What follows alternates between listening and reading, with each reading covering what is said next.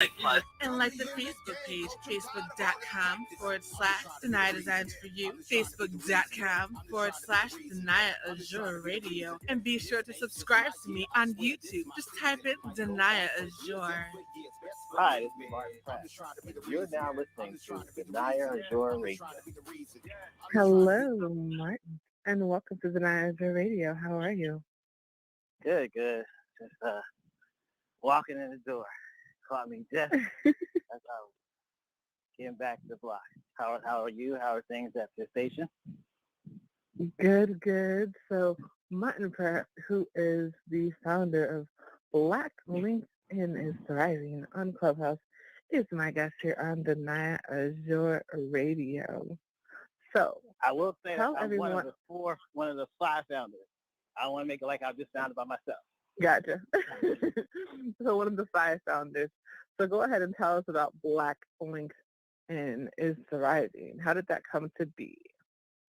Dr. Adams, Felicia Adams, and Sister Bianca Jackson have started a room on this app called Clubhouse, and it was based on a New York Times article that came out called Black LinkedIn is Thriving. So you can Google that article. And based on that article, the conversation was, Black professionals may be on LinkedIn, but are they thriving? And if they are, how? How is that possible? So this is the pandemic. This is 2020. And that room turned into now 51 weeks of showing up every Sunday at 9 a.m. to have this conversation where Black professionals can unpack how they show up in their professional life, particularly on LinkedIn, the platform.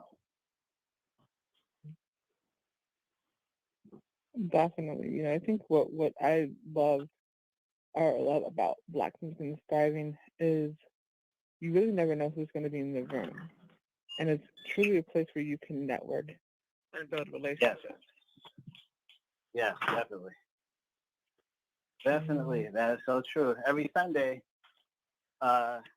people from the West Coast chime in at 6 a.m. It's 9 a.m. on the East Coast. Right. So, and for you, it's 8 a.m. So it's a rarity, to find 100 Black folks, sometimes 200, that will, show up at 6 a.m., talk about their job or talk about their professional life. We thought that was really interesting.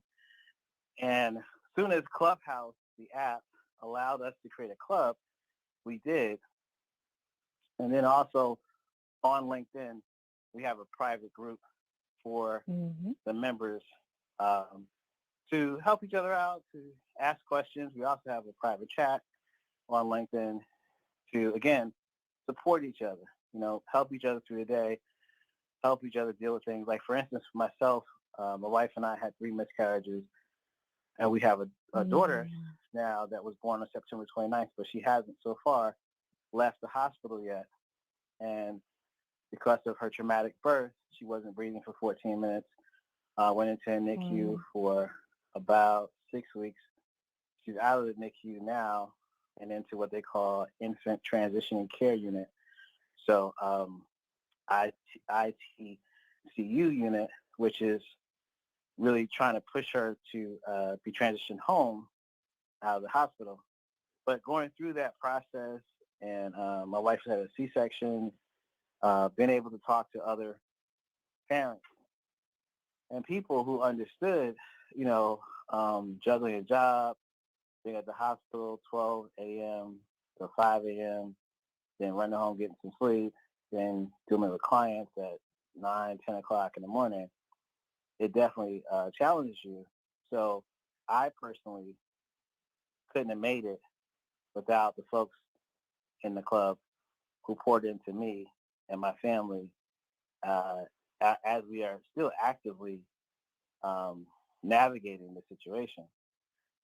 So one of the things I find is that Black people, we don't think of community as a superpower. And our community is a superpower. The ability we have to show up for each other and be intentional. I call it using intentional intelligence. So you have an intent.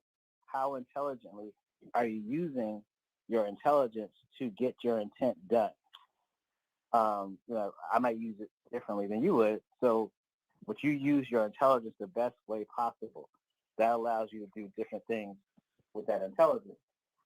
And, with the intention. So it's not like you're right or wrong if you do this way, that way. It's just that's what you had at the moment. You did it the best way you could with the intelligence, the information you had. I don't think that we look at community as an intentional intelligence that we have. For me, been online since the 88, and then in the 90s, then on something called New York Online, which became Black Planet and Black Voices, and of course CompuServe and Prodigy and AOL. One of the things about digital community is that it didn't really exist. In other words, there wasn't, except when Yahoo made Yahoo groups, then you saw people kind of grouped together with their interests, Right. their passion and purpose. But I don't think that we, as Black folks, think of our community as an intelligence. So there's intellect, there's intel, and there is interest. And so that you can find all that in our communal structures. Sometimes it can be a Black professional organization like 100 Black Men, 100 Black Women, or the National Sales Network, or the Urban League has a charter organization called Urban League's Young Professionals, not the Urban League, but the YPs. You can find those three things, intellect, you can find interest, and you can definitely benefit from that. But I think that sometimes we just think of ourselves as, I'm part of this organization, we're going to show up for our meetings, pay our member dues, and we good. But Black folks, because of the system and what we live in, we need extra things to make this journey through this colonial system. And one of those extra things that we use, but I don't think we think of it as something we use, is community. Not the Black community, but I mean whatever community means for you and yours, and what that looks like, and what you show up every day, whose graduation you go to, whose hospital you visit, all the things that are parts of the community. So with Black LinkedIn, we were able to create a community of intention on that platform for Black professionals on LinkedIn, but also on this app called Clubhouse. Definitely. Martin Pratt, one of the co-founders of Black LinkedIn and Thriving on Clubhouse, is my guest on Danaya Azure Radio. I think it's, really powerful how he talks about how the organization wasn't just able to help you professionally, but actually emotionally and personally. And I think that's what a lot of people forget when it comes to communities, is that emotional support, which is so incredibly important, especially in these times. We're in the time of, of the pandemic, which I swear is never ending because they keep finding new things. But people don't want to do what they're supposed to do. They want to wear a mask. They don't want to social distance. They want to go to parties. They want to go to holidays. And then we're in flu season, and you want to do all that, and the fact that we're going to get, you're going to get sick. And so when you get sick, how well were you before you got sick? And you're getting sick in the pandemic. So you're sneezing, you're coughing. Most of us live with people, our mates or our partners or our children. That's going to pass around the house. So it's like, yeah, it's almost like we're never going to get out of it, because a lot of people don't want to do things that are necessary to stem the tide. And then if you do, then you also got to make sure that, okay, your house is good, but in one of your favorite restaurants, the owner is somebody who doesn't believe in vaccines, and he's like, Yeah, you just go outdoors, so he doesn't require staff to have vaccines, and so then you got to decide, do I want to go to that restaurant, even though they have outdoors? Mm. So, it's a lot of thought process in us being able to stem the tide. And I think, once again, we're at the point where the hospitals a lot of states' hospitals are at capacity. And we just Yeah. begun the season. We ain't even in, January yet or halfway through February. So we just started winter. And the hospital's already at Mm-hmm. capacity. Sure, Lord. Yeah. But the fact of having that community and having and having able to have those conversations, and that's why Clubhouse is successful in the way that it is, because it came at a perfect time when people were not able to connect the way that we typically can. We weren't able to go to concerts. We weren't able to go to meetings, and so that whole situation where you're able to speak with someone, not just through a text, but through the power of the voice, is what made it what it is, right? And what I love about New York Club specifically is that all y'all do is talk about how we're going to thrive, how we're going to get beyond this, how we're going to help one another. And that's what makes what you guys do so powerful. The first time I came on, I remember I was there was a lady that was from Walmart, I want to say, and she was talking about the corporate side of Walmart and and the benefits that people don't typically see. A lot of companies don't understand that, like some of the things that start out as lower wage jobs, the higher you get up, the more benefits that you can get. And so it was really good to kind of hear her and what she was uh, what she was looking for and all that, and the people that were just so willing to help. Like that's what I loved. She said, "I'm looking for this," and like in this out the gate, people were like, "Oh, I know this person. Oh, I know that person. Oh, let me hit you on the back channel." Like that is what Black LinkedIn is Thriving is about. Building those communities, building that relationship. But in the same token, the fact that you had people there that were able to help you and your wife through through the miscarriages and through and dealing with the baby and the NICU is what is going to allow that community to continue to thrive and grow because of compassion that goes into it. I tell people all the time, you know, the money situation is whatever, but that passion and that heart is what truly makes a difference in everything. And when it comes to social media in general, I say the biggest thing that I say is if you look down your timeline and all you want to do is scream or cry, you need to change who you're following or who you're connected to. You should be able to look down your timeline and be able to laugh and smile and learn something. And if you're not doing that, what are you doing with your social life? Or should I say your social media life? Because you cannot choose your family, but you can choose who you follow. So same thing goes for Clubhouse. You know, Yep, that's so true. you can choose what rooms you go into and what rooms you don't go into. And I think the biggest thing when it comes to Black LinkedIn is thriving is the variety of businesses that are there. You have doctors, you have lawyers, you have insurance people, um, you have people that you're working in just average corporate jobs. Like you never know who's going to be in that room and who can help you.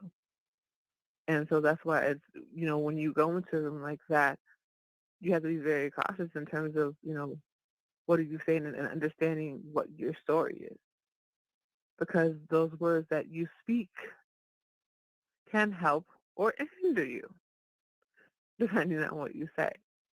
When you come into a room like that, your goal shouldn't just be to pitch everyone who's there. It should be to connect with people so that they get to know you beyond that app. Because the way that social media works is taking the relationships offline. That's where the power begins. Because when you're able to communicate and build real relationships, that's when things start changing for you, for sure. And Ryder Pratt, one of the co-founders of Black Links and Thriving, is my guest here on Danaya Azure Radio. So we were talking about the group, but let's talk about your LinkedIn connection start. You have Sure. 25, Before we get, 25,000? Before we get there, I wanted to ask you a question about what you just said, though. I thought it was a good point. You said that, or maybe it's a point that I may push back on. You said the thing is to take the relationships offline. Mm-hmm. You said like that they begin online and you take them offline. Mm-hmm. I would argue in this time frame we're living in now, like if you had this conversation in 2019, I would be like, yes, girl, you got to get in the person's face, you got to meet them, you can't stay on these apps. And now that was 2019 Martin. 2022 Martin is going to be like, hold up, wait a minute. Snoop Dogg just built a house on the digital, I call it cyberspace. People call it metaverse. His next door neighbor on this metaverse just bought the plot next to him for $450,000. There's a black sister who's in Canada who sold she sold 30 NFTs that are paintings of black women using 112 different illustration points. So nails might be done differently, the hair might be done, but each NFT has a different perspective of black women. She sold those for $300,000. So I would suggest that our strength as black folks is going to be fluid on and offline. I think we tend to choose one or the other, and that's been working for us somewhat, not completely, but it's working for us somewhat. Now I think we have to have our feet planted firmly in cyberspace and in real life. I don't think we can afford to choose one or the other, or choose to like, I'm going to shuttle you off into cyberspace, but I'm going to leave you in real world, or I'm going to go in the real world. I think, unfortunately, and it makes things more stressful, harder for people to deal with, but there's also the strong possibility of more productivity and more success in having, hey, follow my avatar over here. Facebook yesterday released something called Horizon World to anyone. And so there was a beta. So now Facebook's cyberspace meta world is wide open to anyone to create their avatar and maybe their virtual reality persona. That could mean right now there's everything you have in real life, none of that's in VR. There's no real estate agents. There's no food service certification. There's no, and the people are like, well, why would you need that? Because guess what? People want to create an artificial world and a real world. So somebody's going to be saying, hey, I certify this digital imagery of food as safe to eat. Imagine the person that comes out and becomes a digital safety coordinator for virtual world. That's about it. Hey, you don't want your avatar eating crappy food, right? So my point is, though, is that I think it's going to be both. I don't think it's going to be any more of you go here and you go there. I think you have to, unfortunately, operate in both and be fluid like that. True. The reason I said, so when I say offline, I'm just talking about specifically off the app, off the messenger, all that kind of stuff. You know what I'm saying? Like not meeting people for real. We can. That's what video chats are for. In this day and age. Okay. I'm saying that specifically, like I say that specifically when it comes to like phone calls, text messages, all that kind of stuff, because that's where relationships build. I.e., that's exactly why that's how you got here. You feel me? Like, you couldn't just do this through LinkedIn. Got it. Got it. Got it. You Got know it. what I mean? Because I think like what because what happens is you're building your know, like, and trust factor, and your know, like, and trust factor is what allows people or entices people to want to work with you and do business with you. Because ultimately, especially on LinkedIn, that's what the ultimate goal is. It's to find people to do business with, to make money with, to grow with, to thrive with, for sure. So, but I do agree. Like, I'm looking more into the NFTs, especially after going to Art Basel, which was amazing. And Oh, just you seeing were all there. the different work. Yeah, I was Yeah, yeah. there.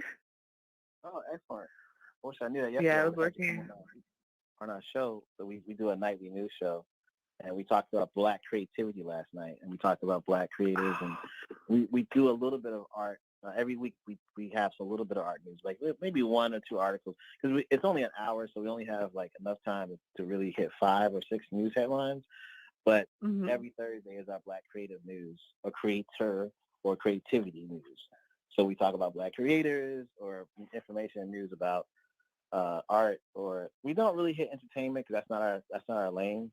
We really more or less hit when someone's creative and they're using that creativity to further Blackness.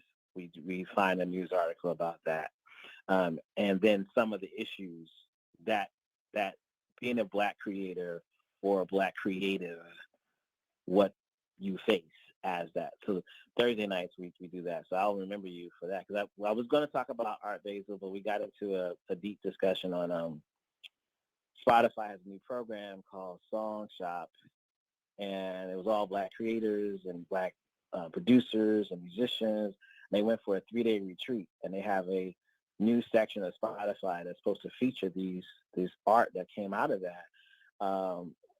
The thing was, we were, kind of being tongue in cheek about, is like, yeah, and so for all that greatness and all that great Black excellence, you get 76% of 1 penny. So That part there. That part. yeah, That part yeah, there, which is a whole nother, with a whole nother conversation. right, right, Um, when it comes to the streaming sites, like, I really, it's sad because it's like there's a lot of work that goes into that. A lot of work that goes into the music, and the artists do not get the benefit the way they need to. That's why I was, right. looking at how NFTs work, and I just feel like, from what I've heard, it seems like NFTs are giving the power back to the artist, which is beautiful.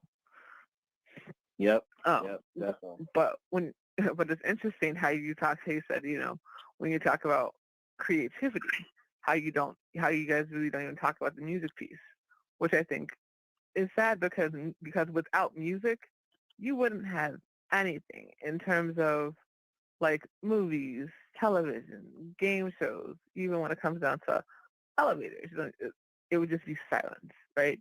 So the fact that that music isn't really something that people think about when it comes directly to creativity is Well, sad, because I go think ahead. for us, we try to stay in the lane of where we are. So we're good in news, we're good in health, we're good in, what's the name, education, policy, politics, and tech.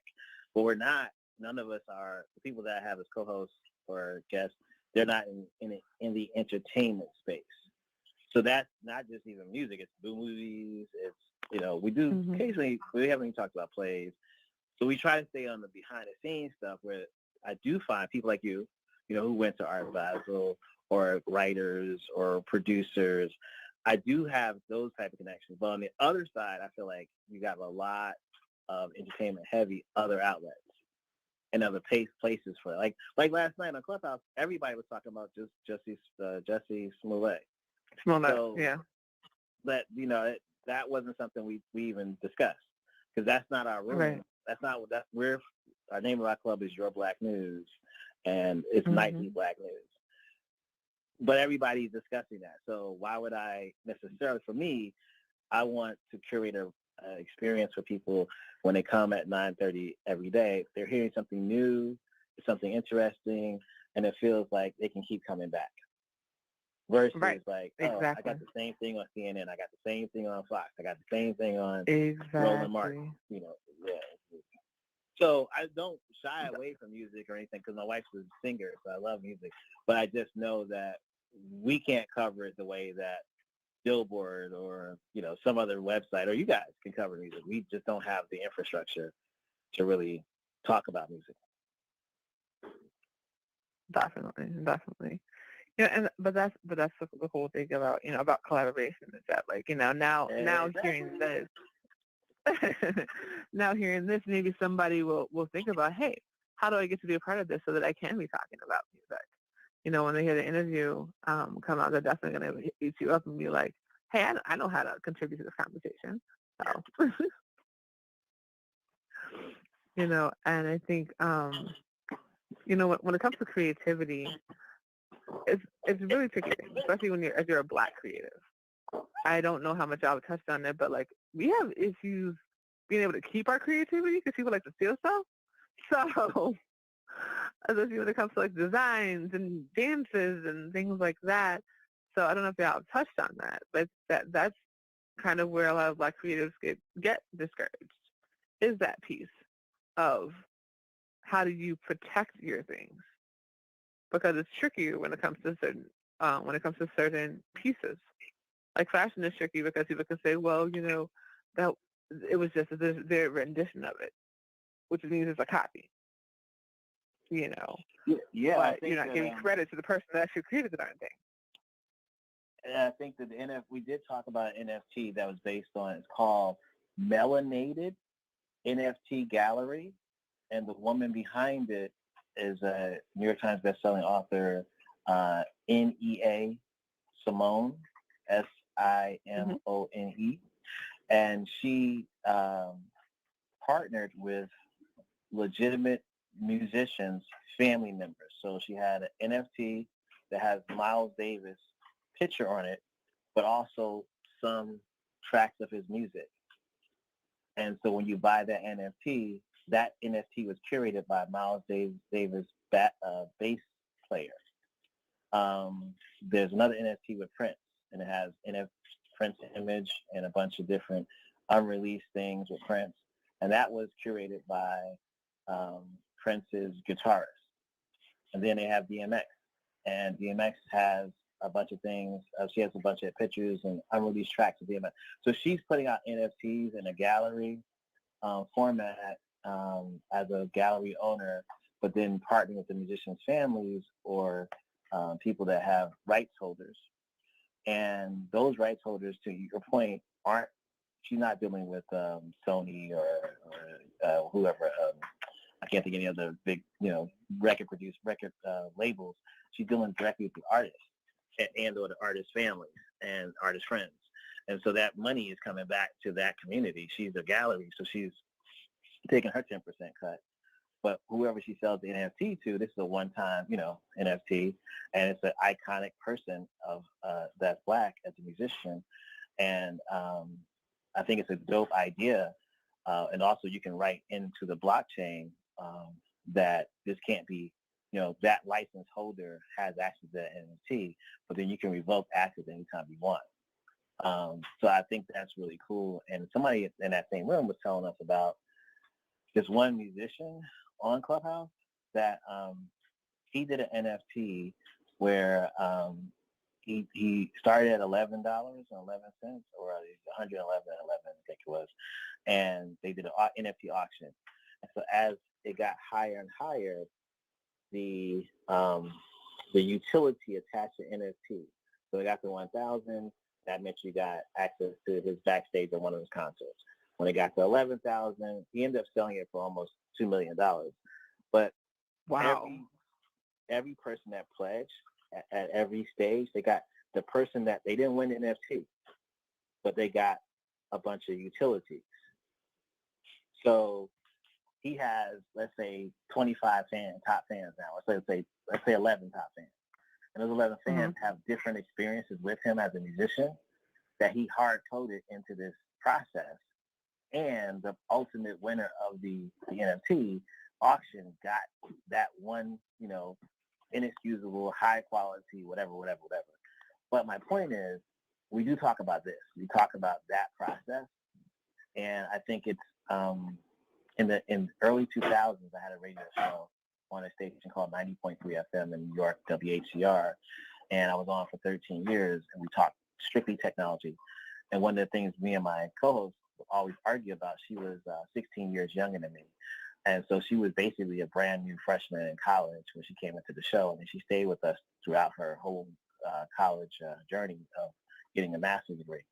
But we talked about what was brand new then, Creative Commons versus copyright. And I was one of those people like, yeah, we need the copyright. We need the copyright. Ugh. And she was like, no, we don't. This Creative Commons is so cool. We can let it go. And so I started a brand called I Love Black Women on Twitter, and it took off. And one of the things that I was able to do because of that brand was get a reporting gig with a company called Rolling Out Magazine. And the first time I had to go report as a digital reporter was for the BMI Publishing Awards. And at that awards was, they were honoring Bootsy Collins and George Clinton. So I'm on the red carpet, and on one side of me, this is 2008, 2009, sorry. And one side of me is VH1. The other side of me is BET. Now they have a cameraman, a boom, blah, blah, blah. I have an iPhone 3. And back then, the iPhone 3 had a great app called QIK and Quick. Quick app will let you live stream directly to YouTube. So I'm on my Twitter account, I Love Black Women Twitter account, and I'm telling my people I'm here at the BMI Awards. It's so cool. I've never been here before. I'm not a journalist. Don't know what the red carpet is like. That's my first time. And I see Bootsy Collins and George Clinton. I'm like, oh my God, Bootsy Collins. So I'm tweeting to people. And when you're live streaming on Quick, it's similar to what it is today, but this is 2009, so it was so cool back then. You're seeing their tweets.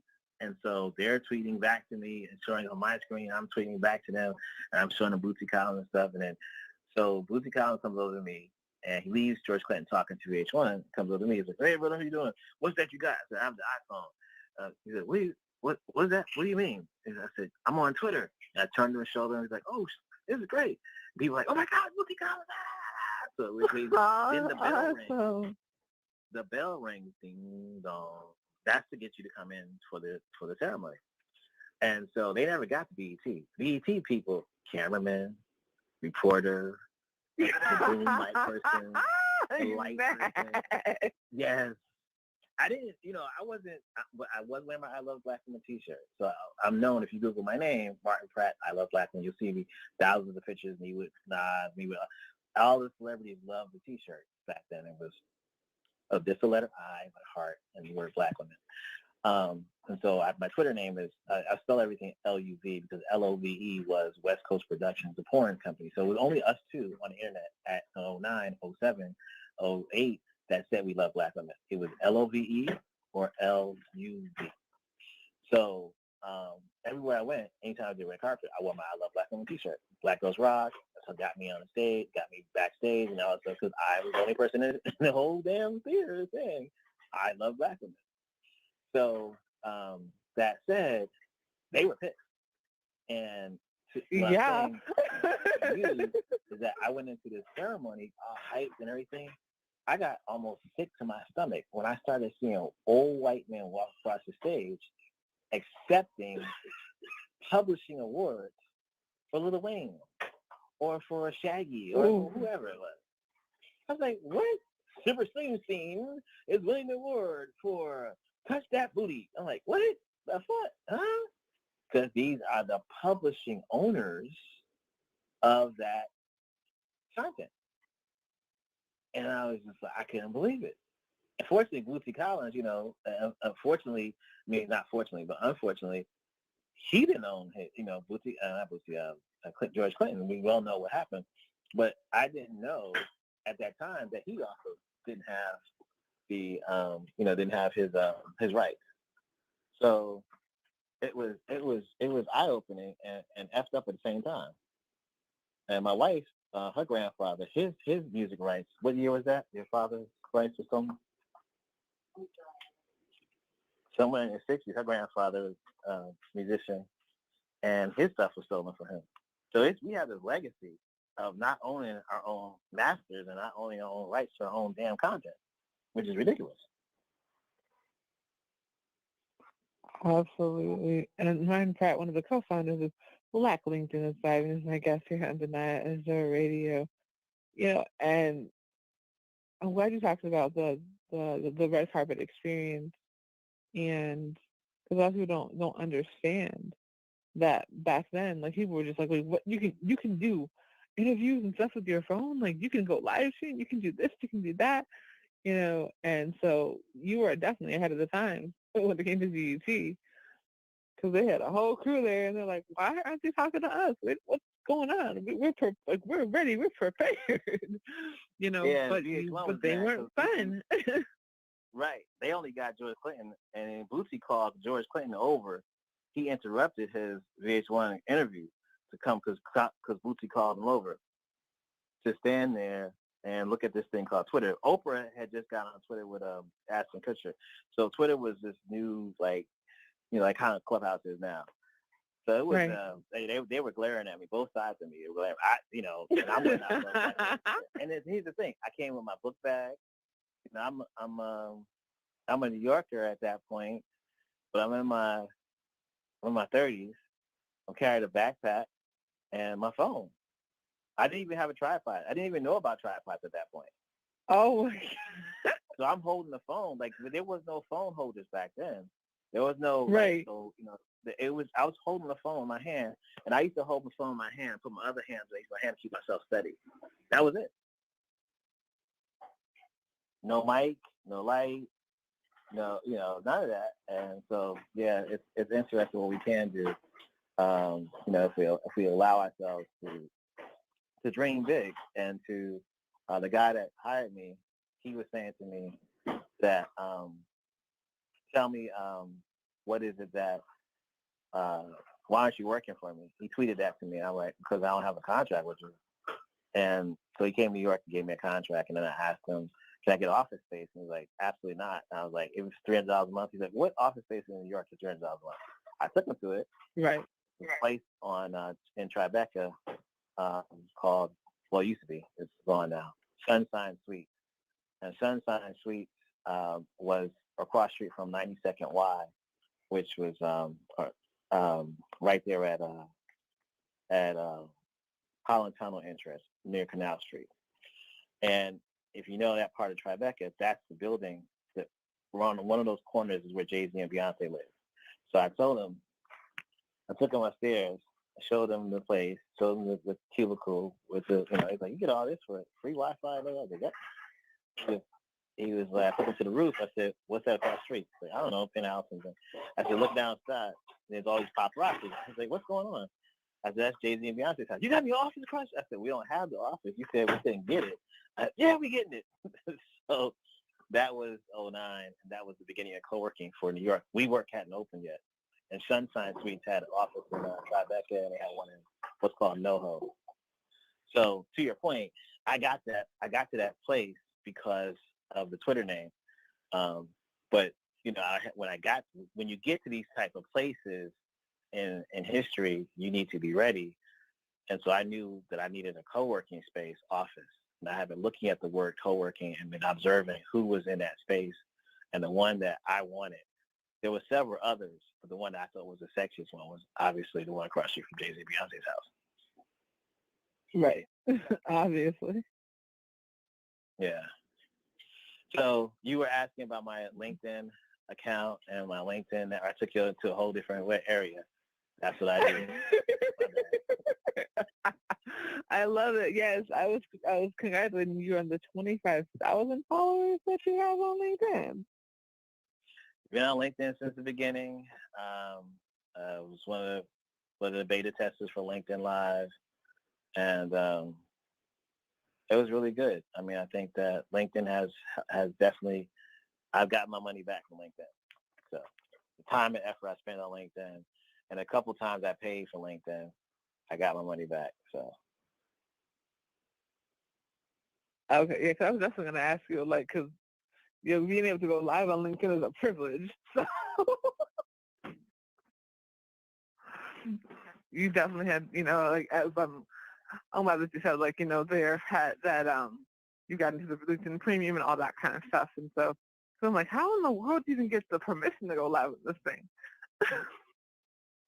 Yeah, I mean, I think that what I try to do with my real life and, like you said, your digital life is be very up. My father, when I was 10, started me reading the Wall Street Journal, and I felt ahead of everybody because I knew what was happening, and that thirst for being ahead. There was a newspaper called Crane's New York in New York, and I Mhm. started buying that paper. And I've always looked for what's the way to be ahead of the curve. What can I learn? Right. What can I do? What can I share? Who can I know that gets me ahead of the next person? Um, that probably comes from not going to college, not having a college degree, and being in technology, and being at some of the top companies in New Jersey and New York, and not having to deal with a boss that didn't believe in me. I dealt with, fortunately, I was blessed to deal with people, even in high school, who really believed. In high school, I learned how to network what's called an IBM XT and AT. That's before the 286 and 386 and the Pentium. My boss was a Spanish brother Mr. Diaz, and he worked for something called the Financial Planning Unit of the Port Authority of New York, New Jersey. So we had offices in every facility, so the airports, the tunnels and bridges, World Trade Center, and his job was to make sure that the fees that they were calculated properly and they were planned out. So he couldn't afford to go down, and I understood that when he came to my high school and said, "Does anybody understand how to use a PC that won't crash when the mainframe goes down?" And I did. So he said, "What do you need?" I said, "I need to go to IBM and be trained on how to network them for what you're wanting to do. I don't know how to do that." So IBM called IBM. They're like, I was four, I think I was 14. No, 15, because I was like 14 and a half. And so I called IBM and said, "Hey, I'm in New York." They, "Oh, like, you want to buy how many computers?" I was like, back then, computers were 3,000 or something like that. And to sell Right. 6 computers for a company like Port Authority was like, whoa, yes, let's do it. And so we went for 2 weeks training, and that's in my life. I've been able to find one opportunity, bridge that opportunity with something else, and come out ahead. But my thirst for knowledge and understanding has been a gift, that's kept me being able to go anywhere I wanted to without a college degree or without even networking or computers. There was a lot of certifications people used to offer. I never ended up getting one, though. I wanted to, and then I realized as when Windows NT or other software became invalid, I was like, "Ooh, I dodged a bullet with that one," because I didn't even. I would have had a certification I spent money on and years learning stuff, and then the software is invalid. So Linux Right. did that, and that kept happening over and over again.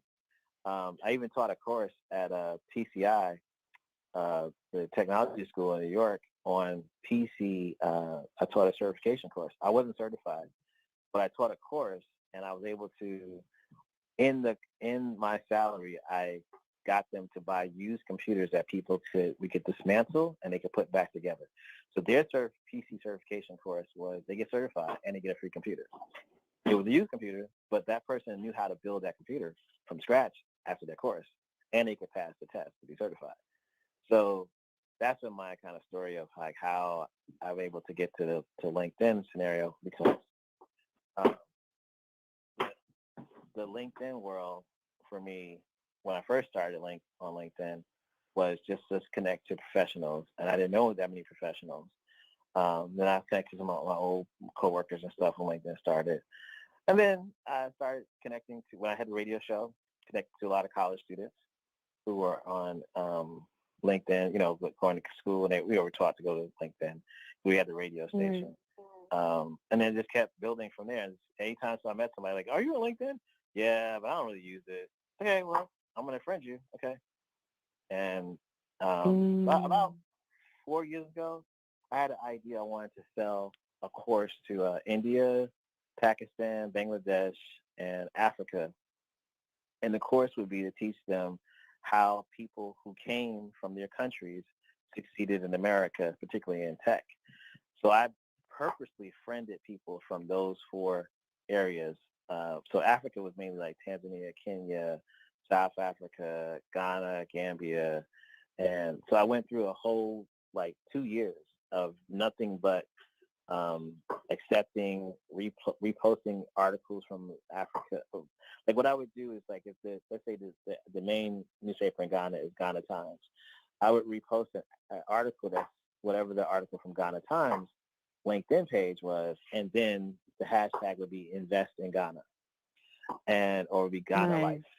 And so when I friended people from Ghana, they saw my last post was about their country, and I was in the U.S. They're like, "Oh, this guy here understands. Hey, brother, how you doing?" I did the same thing for Pakistan. I did the same thing for Bangladesh.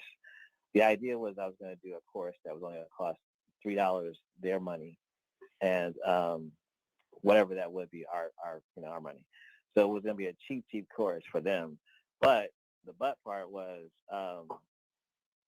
it was designed so that they would come back to me as the person in the U.S. They're trying to migrate and trying to understand, and I would liaison with them to get a work visa and stuff like that. So it was like a funnel, onboarding people who were interested in coming to the U.S. But a whole bunch of stuff happened, like Trump, and so now I was up to 25,000. I was saying 10,000 of those people are from those 4 areas of the world. So it's not all. It's probably like 15,000, 14,000 out of U.S., but almost half of that is from global.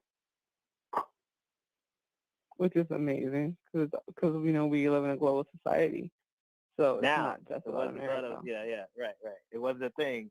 Like now, that's the thing. I've been really blessed to look like I know what I'm doing. I just get really passionate, in a moment, and 10 years later, it's like, dang, that was really smart. Yeah, you were a trailblazer. I was just saying I love Black women. I wasn't really, I wasn't trying to be Black Lives Matter, or I wasn't trying to help start Black Twitter. I was just saying, my aunt and our family have a bookstore, and the bookstore it's been around for 23 years. It's in Harlem. It's on 156th Street and Amsterdam Avenue. And the book club, somehow, so I was running the bookstore for 2 years for my aunt, my cousin, when she was in college. And then my cousin came back, and we got some of the employees and stuff. But so I would still go to the bookstore. And somehow I always ended up on a Saturday where there was a book club meeting. And they would just, 40-some women, Martin, why whatever the Black man of the day was at that time did something stupid, it was Martin's turn to answer for him.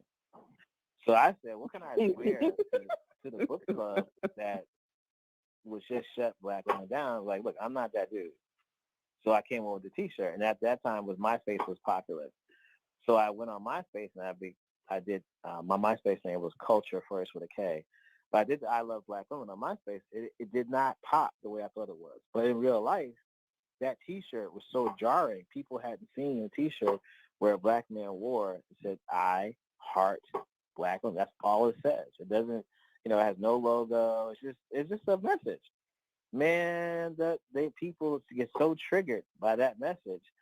So I had a white lady. I was at a conference in New York. There's a brother by the name of Ray Ramon. He does a really great small business technology conference. And Seth Golden is this considered this voice in business. And so he was there. And before Seth Golden started talking, we were doing mingling. This older white man came to me. Why are you wearing this T-shirt? You trying to say you only love Black women? You don't love white women? So I was like, why would you take it that way? And so she was really triggered by a T-shirt. So Seth Golden, we're all it's standing room only, downtown somewhere. I can't remember where. But Seth Golden's like,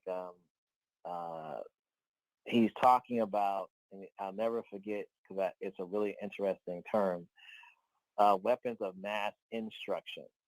So it's a book called Weapons of Mass Instruction, and it's about a teacher, an 8th grade teacher, who leaves the education force and discovers why we have education in America and how much of our education comes from king oppressor of the country. And the idea is onboarding people into the army and what kindergarten does and all that stuff. So it's not a free book, but it used to be a free book. I'm not even sure the author's still alive, but he was 80-something when Seth was telling the story. So I was like, I raised my hand and said, hey, can you just give me the title against weapons? He said, hey, how's that T-shirt, that branding you got on there? How's that working for you? before I could answer, the founder of the conference said, "Oh, that's Martin Pratt. I love black women. He has 14,000 followers on Twitter. Blah blah blah blah blah." So I didn't even get a chance to answer. So Steph said, "See, branding works. Martin, good job." And the white woman is red. I looked over her and smiled. It's just like, but I did not start I Love Black Women because I was trying to be a trailblazer or a person that I was just trying to make sure every time I walk in the bookstore, they would not accost me about what this, why you Negroes are doing X, Y, and Z. I think that's the most beautiful piece about it. And Martin Black was one of the co-founders of Blackington's Thriving, is my guest here on Danaya Azure Radio. When it comes to that phrase, I love black women, was so powerful back then, and I'm sure still is to this day, because there are so many people saying the opposite. And so it was refreshing for a black man to be saying that and edifying black women, because I think the biggest thing, and YouTube had this huge problem back in the day, when you typed in the word black women, Yep. nothing positive came up on the very first page. They worked on it, but it was sad. And Google had the same issue. It was always these things about how black women don't do this or black women don't do that, or black women can't get a man because of blah blah blah. Yeah, it was a lot of videos on MySpace time period of these supposedly I call them photops that was queens, y'all need to do this, and black women need to support the black man, and blah blah blah blah blah blah. And so that, to your point, those videos got way more views than as a brother who has a poem called "A Black Woman's Smile." It's a beautiful poem. Yes.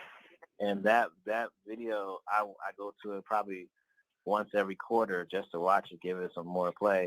But I think I don't know if that video's got 1 million yet. But a Britney Spears video telling, or what's the other guy? What was that name? What was the other guy that used to make horrible videos of black women? Tommy Sotomayor. Those videos. Yeah, him. Yeah. To your point. And that's the thing. That's the problem with the algorithm. The algorithm responds to bullshit. Responds to garbage. Yes. Absolutely. And that's the biggest problem. When it comes to hate and drama, that's what thrives online a lot of times, right? And you have to be very careful. That's why I tell people all the time, be careful what you share, because what makes things go viral is comments and shares. So when you think you're sitting up there and saying, "Oh, this is horrible. Why would they do this?" Da da da. Click share. You're part of the problem. You're the reason that this darn thing is viral that you can't stand, because you had to comment, because you had to share it and show all of your friends how bad this thing is. Ignore the bad stuff. Share the good things. Don't know why that's a hard concept to follow, but apparently it is. And that's why we have all these people that shouldn't have any views because they have no talent. And all they're doing is spinning narratives and lies and cheating and stealing are the ones that are, quote unquote, winning online, because people are trying to be like, "Oh, you have to see this and see how horrible it is," not understanding the power of the internet.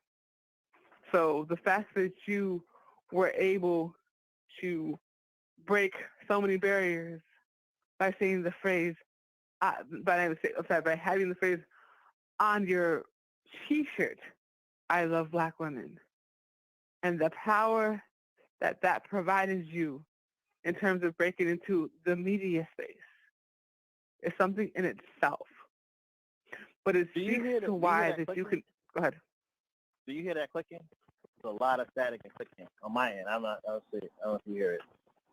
It's not too bad. It just It's a little bit, but not talking clear. about the YouTube. As soon as we start talking about YouTube, Of course. Oh, but we already know how that goes. We already know how that it was goes. perfect until this. I'm well aware that people have a problem when we talk about edifying Black people and Black women specifically, because that's where so many positive things have happened in this country.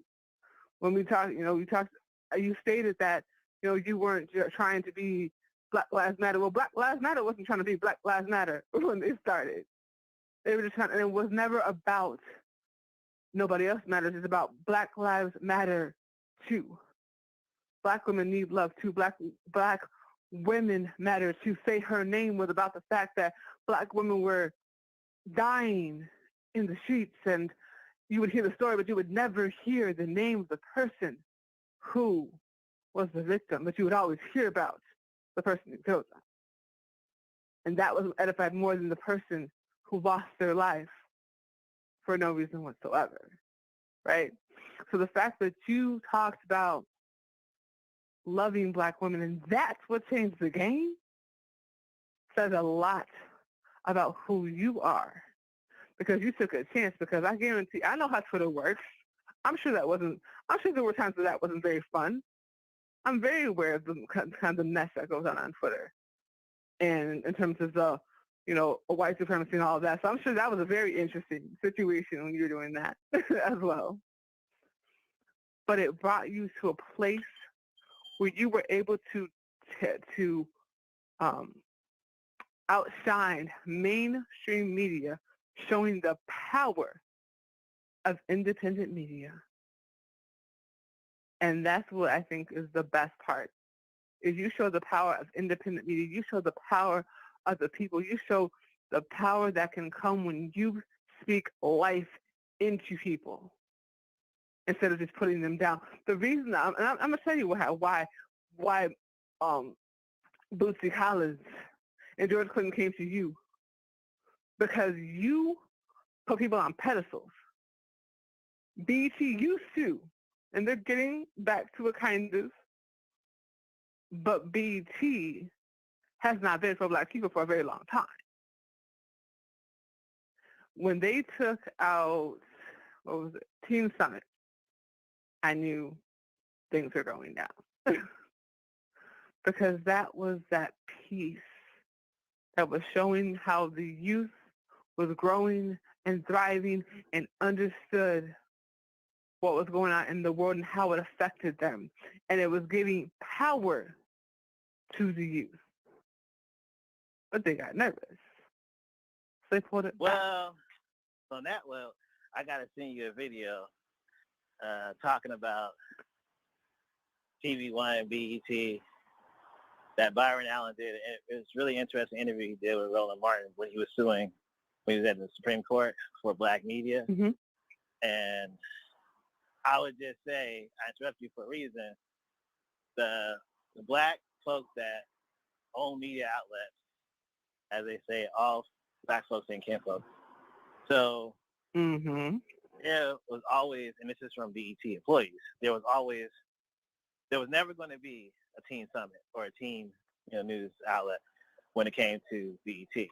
Bob Johnson's wife forced them to create that he did not want to create that at all. And then, I'm not totally a fan of Roland, but the powers that be over there at TV1 did an interview on YouTube and explained why they took the news off. And most of every reason everybody gives is that they can make more money with a game show than they can with a positive show. Ooh. And so this is our own people. This is not some white guy sitting in some office somewhere. It's our own folks saying we rather entertain than educate. Y'all are hearing this, right? We'd rather entertain than educate. But education is what is allowing people to entertain. That's where the misconception is. Education is what is allowed. The whole thing when it comes to NFTs and cyberspace in general, well, the people that were educated that decided to come together to build things. It takes education to build things. You have to be able to read and understand and comprehend and build systems. But y'all don't want to educate these people because you know the power of education. And you are where you are because of the power of education and edification. And I want to thank you for what you have done and what you are continuing to do, because what you are doing is changing lives. So the final question that I have for you, because man, you are incredible. And make sure you check out Black LinkedIn is Thriving on Clubhouse. Join, because it is an amazing time. Connect with Martin Pratt. He's doing so many phenomenal things. So, sir, my final question today is, what do you want your legacy to be? I empowered and I informed.